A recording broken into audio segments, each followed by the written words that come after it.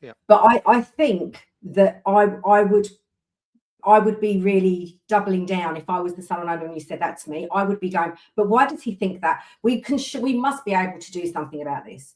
My name's Carl Hinder, and you're listening to the Salon Help Good to Go podcast, the podcast for salon, spa, and clinic owners who want to grow with more structure, more confidence, and better results. Episode 52, part 2 with Sue Davies.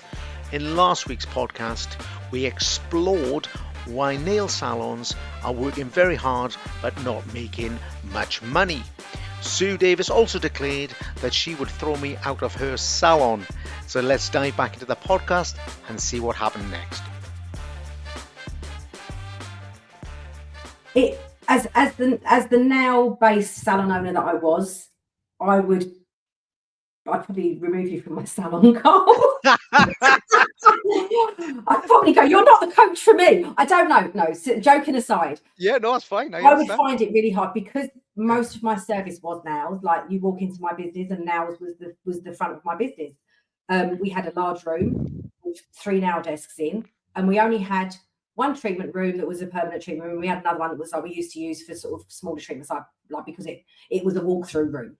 Yeah. So it was quite limited in how we could use it. So my salon was very, very heavily nail based. And that really was how we made our money. That and intimate waxing was how we made our money. And really the intimate waxing kind of it probably in truth supported the business alongside a relatively healthy nail profit, but it probably could have been even more then. Yeah. But I think that I would be really doubling down if I was the salon owner and you said that to me. I would be going, but why does he think that? We must be able to do something about this.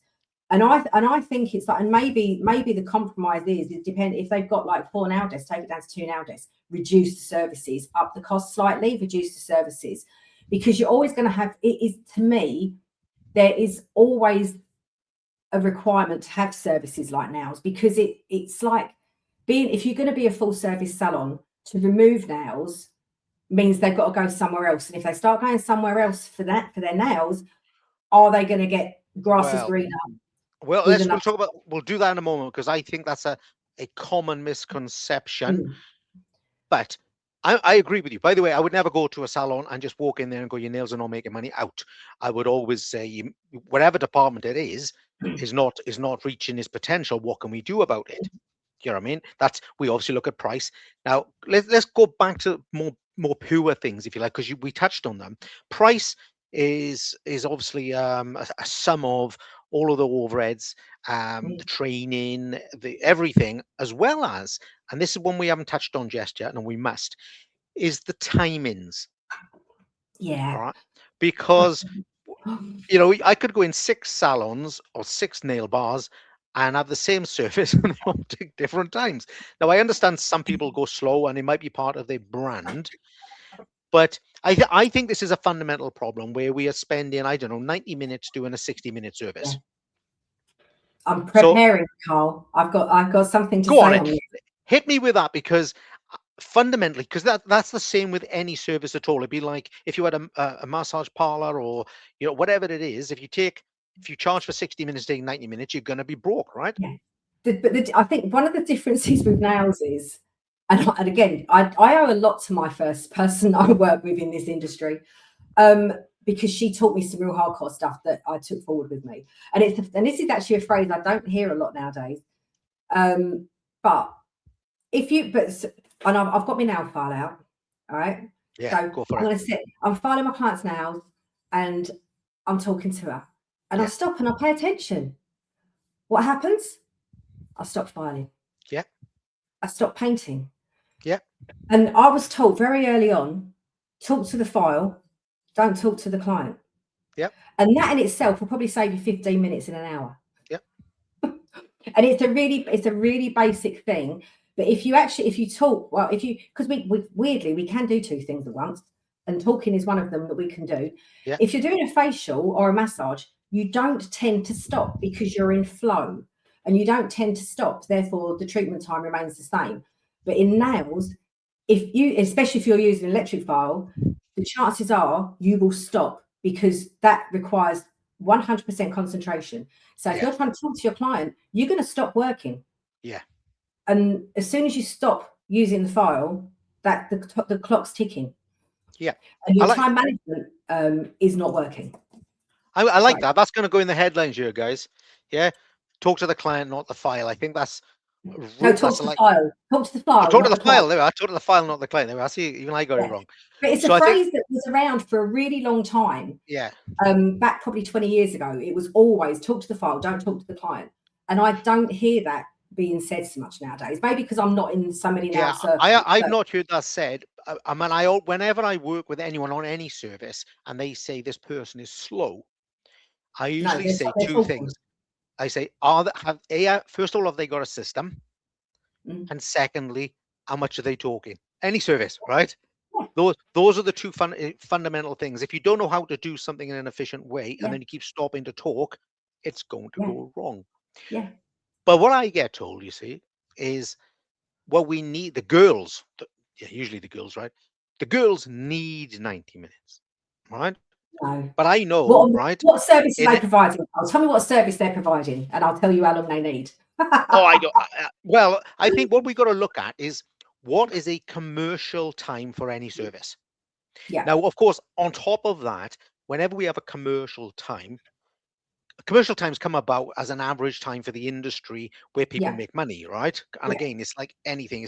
It could be cleaning a house. If you had a cleaner come in, they would say, I'll spend 3 hours cleaning your house, right? Yeah. And you'd expect the whole house clean in 3 hours. They wouldn't say, I'll come in and see how it goes over the next few days, right? Because they'd be skint if you only, right? It's not going to work. So when we get to the nail service side, I think there's a few things going on. First of all, people don't understand time versus brand. So I'm happy if you want a 90-minute service, even though it could only take 60, if that is your brand. We are luxury, right? Yeah. We do everything. You get a glass of champagne on the way in, and I don't know, you know what I'm on about. Yes, and we look after you. But as we're talking about champagne, what we can't do is deliver a champagne service for cider prices. No. So if you're going to do 90 minutes, guys, we charge a genuine 90. That's not where we're at, though. We're going to charge for 60 because that's what the client would pay for, because we know that because they sat there. But we are going to spend 90 minutes on them, which means we now make, a 50% loss. Yeah. Before we even pick my file up. And I think it's things like, for example, I've done this since I first trained in nails. I always, even if I'm doing my own nails, I still do this. And I line up all my tools, I line up all my products in the order that I'm going to use them. Not that when I first started doing it, it was because I needed to have that line by rote of like, you do this one first, that one second, that one third, and so on. But now it just makes sense. Why wouldn't you? Because that's the first thing you're going to use, then you can put it out of the way. Second thing you're going to use, then you can put it out of the way.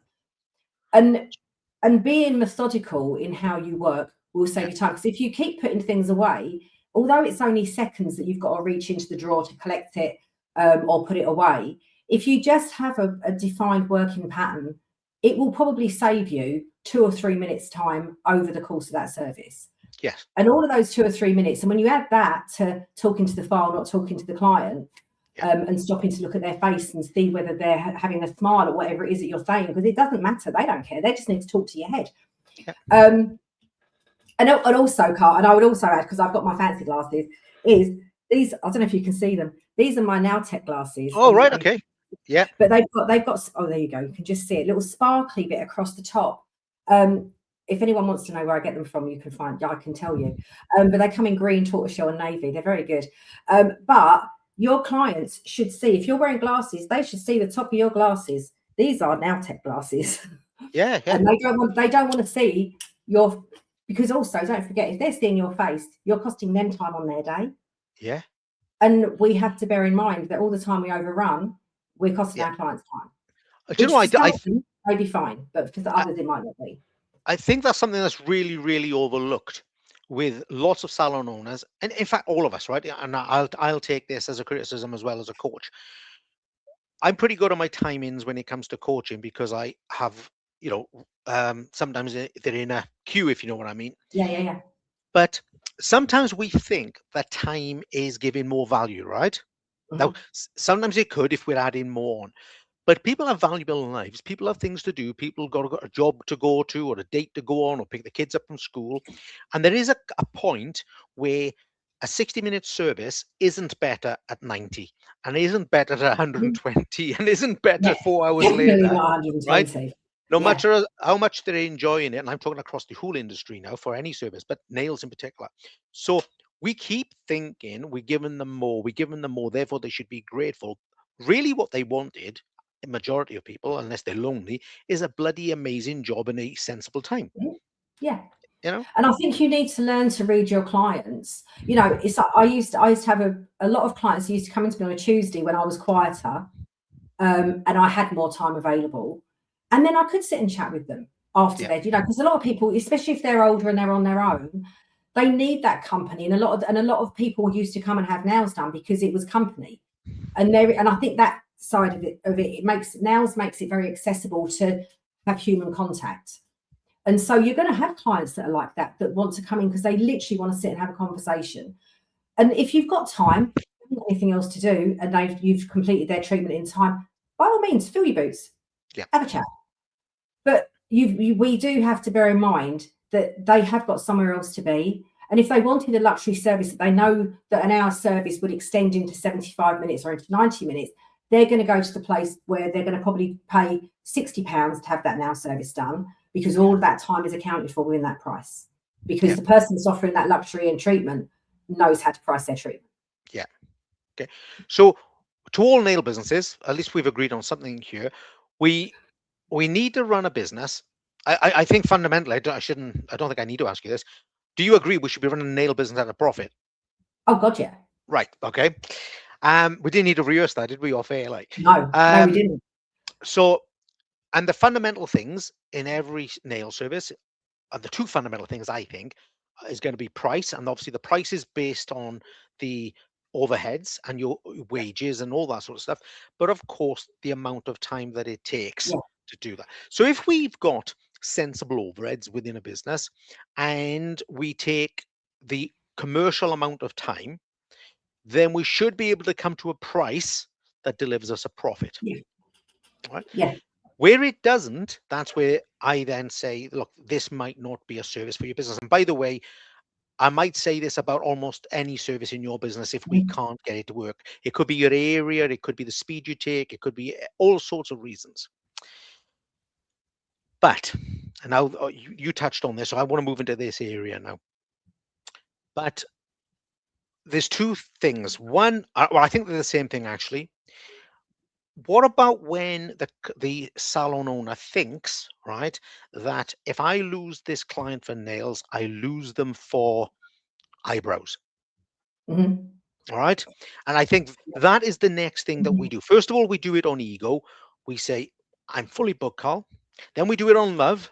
God, I love my customer. I got an amazing reputation. All my staff are really happy. And it's bumping, but I'm bleeding skinned. And then we look at, well, actually, Carl, you are right. Lots of people tell me this on socials as well. You're right, Carl. I don't make any money. So what I do in my head is I use it as a loss leader, which to me, not me, the coach, to me, the owner, means that if I sell nails at a loss, this client will buy something at a profit. And it now, balances it. before I give you my advance on that, is that something you experience? Is that something you would agree with? Is it something you see a lot of? Definitely. And I do think the problem is, and like everything hinges back to this, like beat yourself to the bottom, like race to the bottom, because it's become acceptable to not charge for nails, and that seems to be how a lot of the industry seems to work.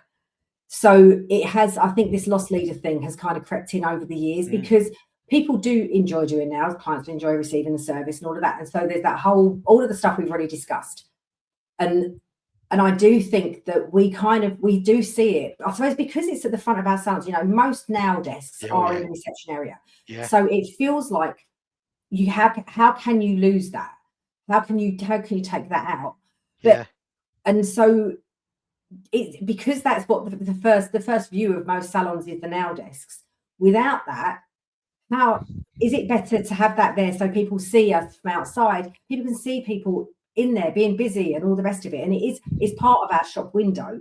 So is it just like that they see it as like a marketing expense? I don't know. I mean, maybe that, and maybe it's not like a conscious thought that it's a marketing expense, but maybe that's what it is that if you've got especially if you've got a high street salon and you've got a shop, you have got a literal shop window, the fact that the public can walk past and see what you do and how you do it and people being happy and all of those things that go with it, whether that's what the mentality is, why people think that having a loss leader is working. I don't know. Do you know what I mean by that? Because I do think that maybe that could be something to do with it.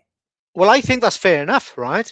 I think, and if someone is logically going through that process, you'd be hard pushed to push that logic aside. Because if we look at restaurants, if you ever get seated at an empty restaurant, they don't seat you at the back, they seat you in the front. Yeah. Okay. So that the next person coming past sees you in the window, says, "Oh, they're open, they're busy. Must be good. I'll go in there." I remember being told many, many years ago when I was a kid, I think it was with my dad actually, and he said, I don't know where we were. It was in somewhere, and there's like you've been there probably like some Spain or Italy or something. There's a row of tavernas. Yeah. You don't want to go to the empty one, do you? No. It's like, well, why are they all in that one and nobody in that one? That can't be very Yeah. good.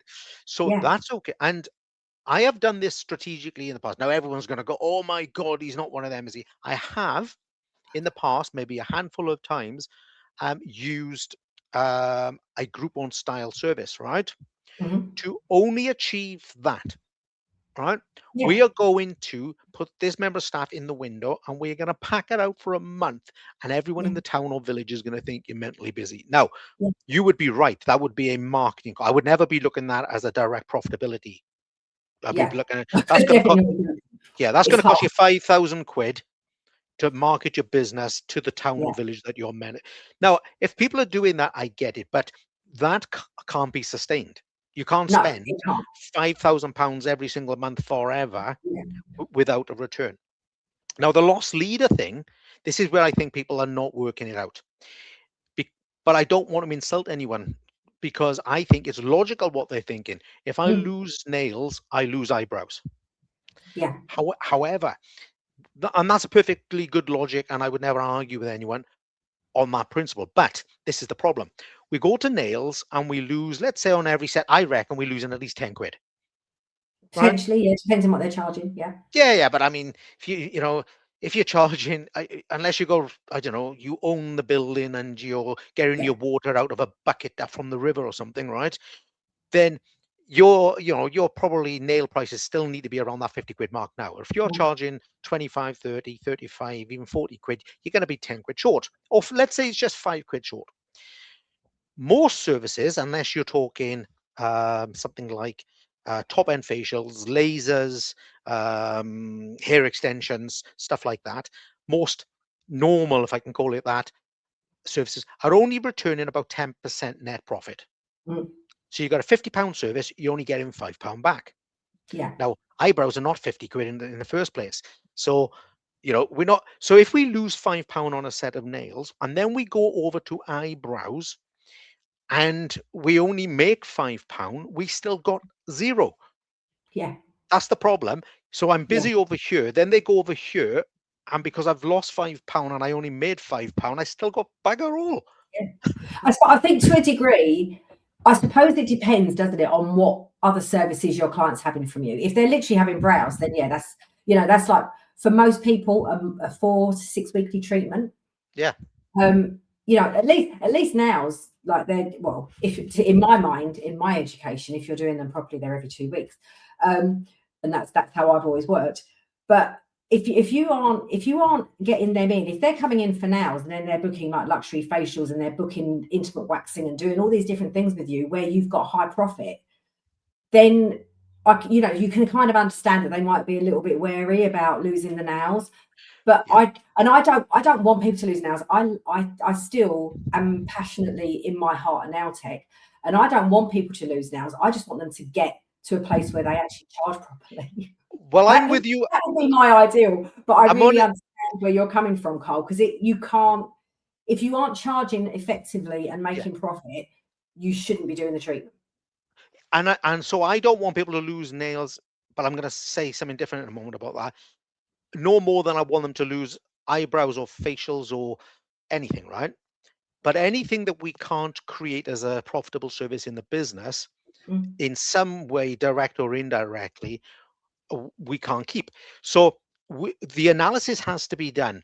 If you, and you are right, theoretically, if someone comes in, we lose £5 on nails, but they go and have a laser treatment and we make 200 quid, Yeah. brilliant. But nobody's Then the coming. loss leader works. Yeah, but nobody's coming in for regular nails and regular laser. And even if we did an £80 facial and we make £8 profit, we lost £5 on the nails. We've only made £3 profit from all of that work. You would be better off going on eBay. You'd have more profit working on eBay, right? So I think we got to get our mind around the maths. Now, I did say 2 minutes ago that I don't want people to take nails out, but I'm now going to say I do want them to take them out, but I don't want everyone to take them out, because I think there's a case for all services and all types of salons to have a reduction in services in the industry. So if we were to lose all of the nails services that cannot be rectified within a salon, and I have no idea what that number is, guys, but I will just say 50%, because I know that some of you will get upset with me. 50% of you get rid of your nails because they just can't make a profit in any way whatsoever. That gives us a whole different ball game for the other 50%. That now means there's less people competing on low prices. There may be a better availability of quality of staff. There's going to be a better availability maybe of clients as well.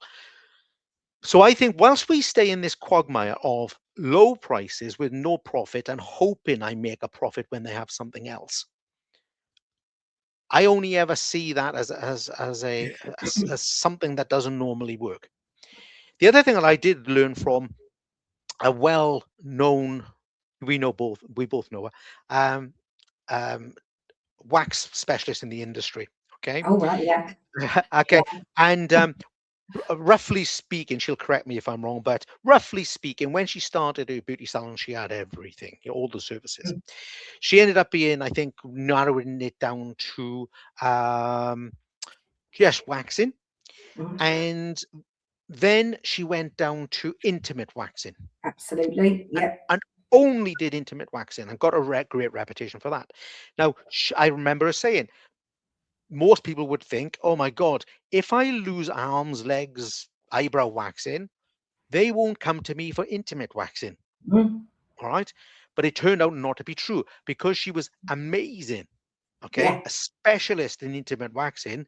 They went somewhere for their arms and their legs and eyebrows and whatever else they were doing, and still went to her for that. Now, that's what I truly believe. If you've got a beauty salon and you're amazing at brows, you're amazing at facials, you're amazing at massage, just because your just because your nails are gone, they won't ban you. They won't, you know, abandon you.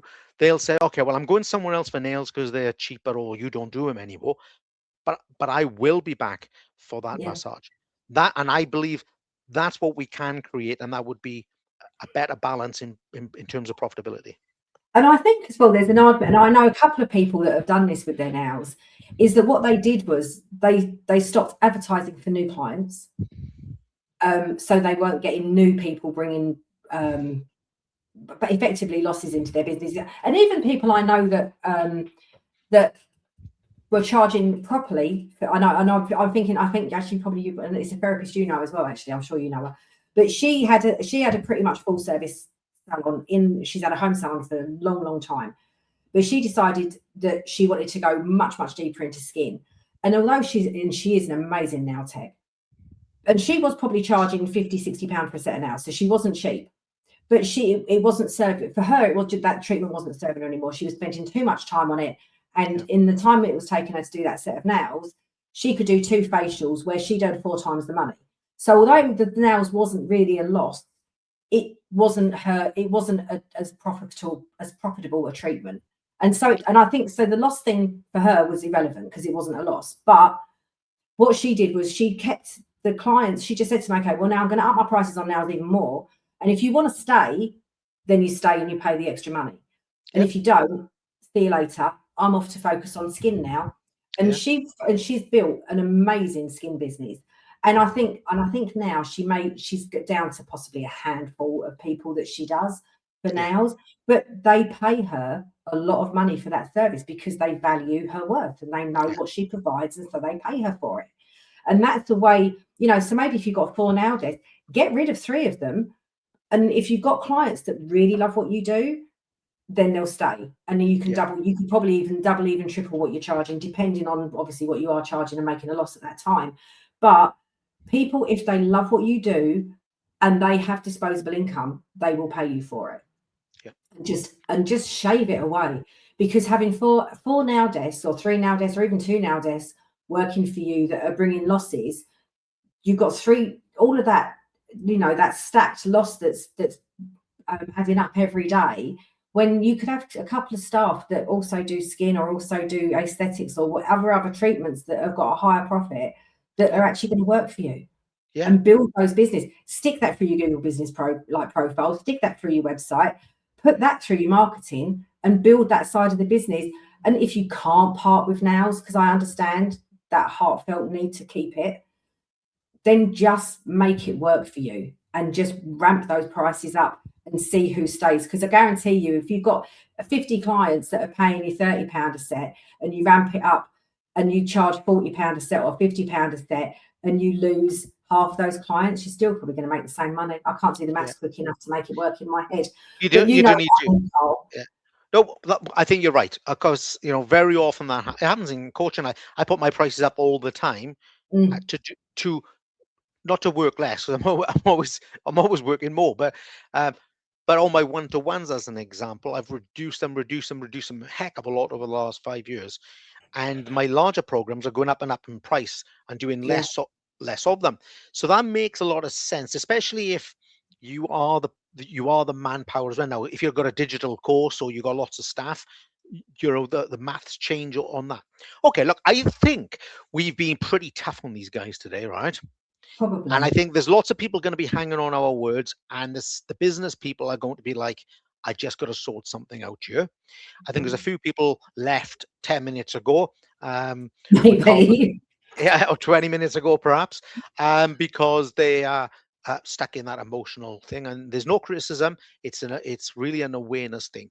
But whilst I've got you, why just have 5 minutes on maybe some of the small pitfalls that maybe it's a salon making a little bit of profit on nails and it's going okay and their prices are okay and their timings are okay, because there's a few of them around as well. But what are the other little nail techie foibles that you think, you know, where they're either losing money or not making money? Yeah, I'm talking about like doing free nail art or something like that. Yeah, I do. And I think like the free nail art thing is huge.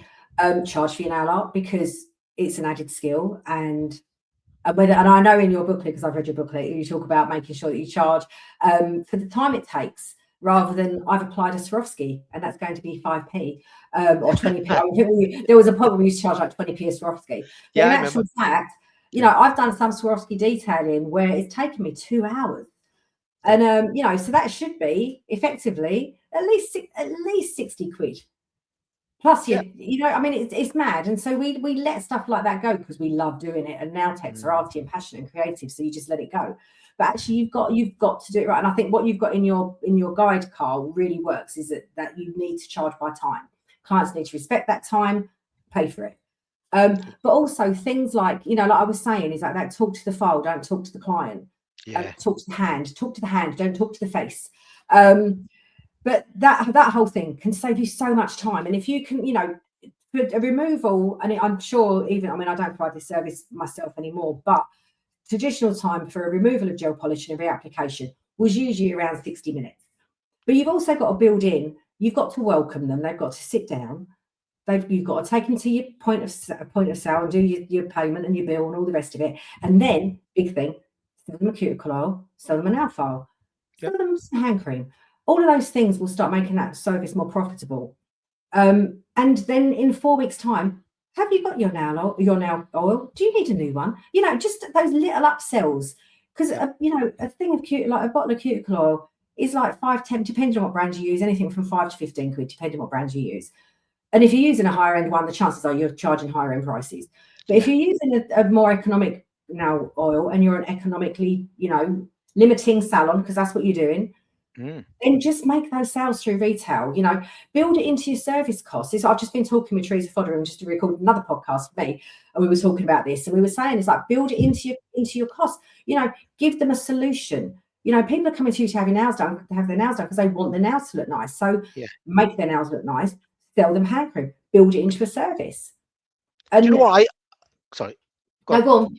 I think there is an opportunity in some places that have got minimal profitability or minimal losses, for that matter, to have a retail-based nail service whereby, I don't know, I'm selling nails for 40 quid and I'm making £1. To be honest with you, I don't know why we would bother, but we do. But if we were to become sincere retailers, and most clients spend £5 or £10 on a retail product, which is somewhere between 50 and 100% margin, then we could work on that basis. We could say, my nails are pretty much break even, but everyone buys a retail product, therefore I'm making £6. Okay, we could have that as well. But of course, maybe we'll do a podcast in the future about retailing, because that's another 9 hours. Yeah, it's another whole thing. But it is an aspect that we shouldn't shy away from. I mean, you might be shocked by this, but you probably won't, because you know me quite well. Something I had to say to my nail guys, so they go, oh no, they've all got, what do they say? All got cuticle oil, they've all got hand cream, they've all got a file. What am I going to do now? And I'd say to them, how much shampoo did they buy? And they go, and do you know what I do, right? They'll tell you.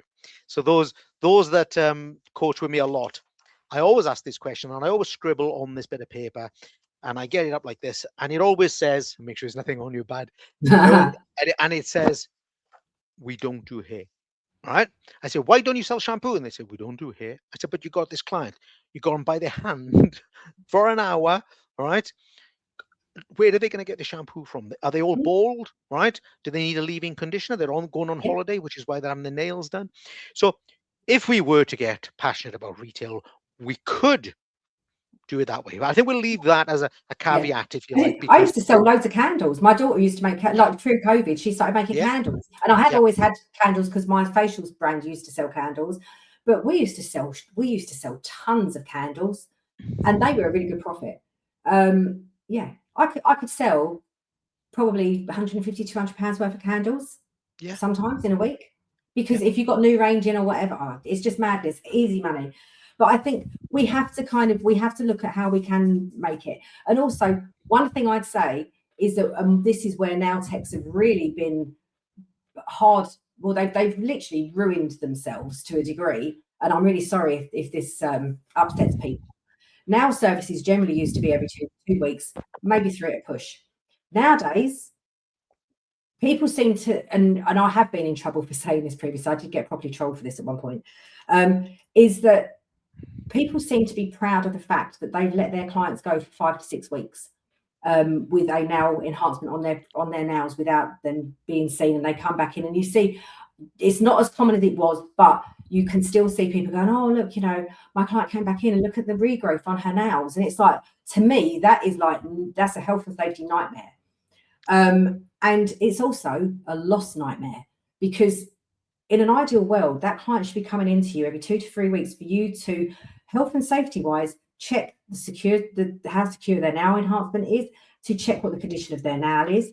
And just as a professional, we don't really want to be letting our clients go beyond 3 weeks. When we start letting them go 4, 5, 6 weeks, not only are we not doing them a service, we're actually losing a whole revenue stream.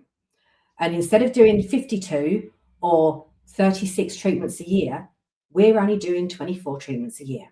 Yep. And that hits your bottom line hard.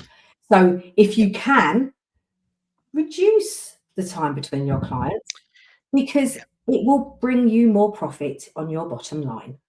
Well, I think we got something going on there, which is, I think lots of those people that are doing that are not the owners. I think they'll be the people working for them. And then the salon owners or nail bar owners or whatever have a responsibility to make a profit. Okay. I don't think we're taking that bit seriously enough. And just to kind of encapsulate, because I work on this all the time, if we have a 4-week service, and for any reason, when we get to the desk, I have a system where we get people rebooked, okay? If for any reason, and it doesn't matter what the reason is at the moment, they say, oh, I can't because I don't know, I'm on holiday and I don't know what my shifts are, and well, it doesn't matter the reason, the maths stay the same. If that 4-week facial, nails, anything at all, go to 5 weeks, and that happens across all your clients, you get 25% less visits a year. Mm. 25%. And then you've got to find 25% more clients. And if you go from 4 to 6 weeks, 50%. So the next time you're looking around your salon and you're thinking, oh, it's quiet this week, go back to your books, right? Have a look at the rebookings. And when you see, oh my God, she had a low set of nails that she should have been at 3 weeks and 4 weeks. Now, I know there's people going to be screaming, or they don't want to come in. But that's very often because we don't have a very good booking procedure. Very often we ask them. Yeah. All right. Now, I used to, in my salon, I had my booking system, and in November, usually October, November, when we were in that sort of quiet period leading up to Christmas, we would, whilst our clients were paying, we would do a recurring appointment, and we go, okay, do you want your, especially if they've got a time sensitive like Saturday 2 o'clock appointment, or first thing on a Saturday morning, would you like your bookings in for the next year so you don't have to worry about them? And we book them on our timeline, and then if they need to change anything, they've got to make the appointment change at the time when they need to change it. So that might be, they might skip an appointment because they've got a holiday or whatever. But I mean, recurring appointments, when I could do recurring appointments, my life was made as a salon owner, because then you've got virtually guaranteed income from that client, unless something happens to them. I think the real, we're bringing this to an end now, guys. But the one thing I always get to say at any reception desk or front of house desk is, whenever we want them to rebook, we stick with nails for today, is I always ask them, or always get my team to ask them, how do you like those nails? How do they make you feel? And I make them say something positive. Oh my God, they're wonderful. They're the best I've ever had, or something like that. And then when we rebook, I'm just trying to give the audience a bit of a tip here. Don't say to them, shall we get you rebooked for 4 or 5 weeks, 3 or 4 weeks, right? It's not a bloody lottery, right? Tell them, so you're feeling good? Yeah, I'm happy. Great. I need to see you again in 3 weeks' time. I need to see you. All right. Like when you go to the doctors, okay, or the hospital, and I go there too many bloody times, I know what they say, right? Carl, I need to see you in 3 weeks' time. You don't go 4 weeks, 5 weeks, right? Yeah. You go, I might be busy on that day. I don't know my shifts. You go, 3 weeks, doctor. Yeah, right. So, and that's because we trust them, because it's in our interests. All right. So we've got to just take control. And this is what I find. You see, I say this a lot, and people don't believe me because we're in a tough economic environment at the moment. But I've never yet met a salon owner who needed to close their business. Never met one who had to. And unless, of course, their landlord threw them out or something like that, right? But in terms of operation, as long as you're prepared to change the way you do things, and we must have given away bloody 20 tips today, Sue, between us, right? And if they don't want to believe me as a coach who's worked with hundreds and hundreds and hundreds and hundreds of salons, then please believe Sue. She's done it herself. She's been engaged with some of the biggest organizations in the UK. Listen to one of us, right? Or both of us, even better. You can adapt your nail or any other service in your business to turn it into something that's still immensely enjoyable, but something that becomes much more profitable, which means that not only are your customers happy, but you can be happy, your staff can be happy, and your family can be happy. And I'm personally going to finish on that note. But Sue, I'm going to let you have the conclusion, and then we're going to dive out. Okay. Goodness me, that feels like responsibility, Carl. I just think is that anybody that's watching this or listening to this that does nails know that I come at this from being a really long-term nail professional who really understands. I've been at the coalface in so many different ways: home salon, mobile. I've had my own salon. I've now got another home salon. I've done nearly every job there is in this industry. And I know how hard it is to make money in nails, but just understand that until you recognize the value of your skills and of that wonderful winning personality that you've got, that is why your clients come to you. They will pay you more because you are worth it. Literally, L'Oreal said it all. You are, but it is. It's like you've got to have the self-belief that what you do warrants a good income, because until we take back control of our industry and how we charge for it, we are going to see, and I mean, to a degree, it's a good thing if some businesses disappear, because like what Carl was saying, that pushes more people into the businesses that can survive it. But all the fighting to the bottom and competing on price will never, ever give you a profitable business. And so just look at what you do, and just let your clients know how passionate you are. So just make sure that they pay for it. That sounds good enough to me. Yeah. Thank you, Sue. I really, really appreciate your time again. Thank you very much for having me, Carl, and letting me rant a little bit. I don't get to. No, you're welcome. I really enjoy that. I think the audience should be engaged. Listen, guys, like I said, there's another podcast with Sue on as well for Salonpreneur magazine. Have a good listen to that at some stage. Also, have a look in the show notes. You'll find the link for the booklet if you haven't seen it already. If you need to get in contact with Sue, her details will be in the podcast notes as well. If you want to catch up with me, we can do that. But thank you for listening to the Salon Help Good to Go podcast. Thank you for listening to the Salon Help Good to Go podcast. Take a look in the show notes where you'll find great information, great links, as well as links to our guests. Please leave a review and let other salon, spa and clinic owners know that I'm here every Sunday at 4 p.m, kickstarting their week.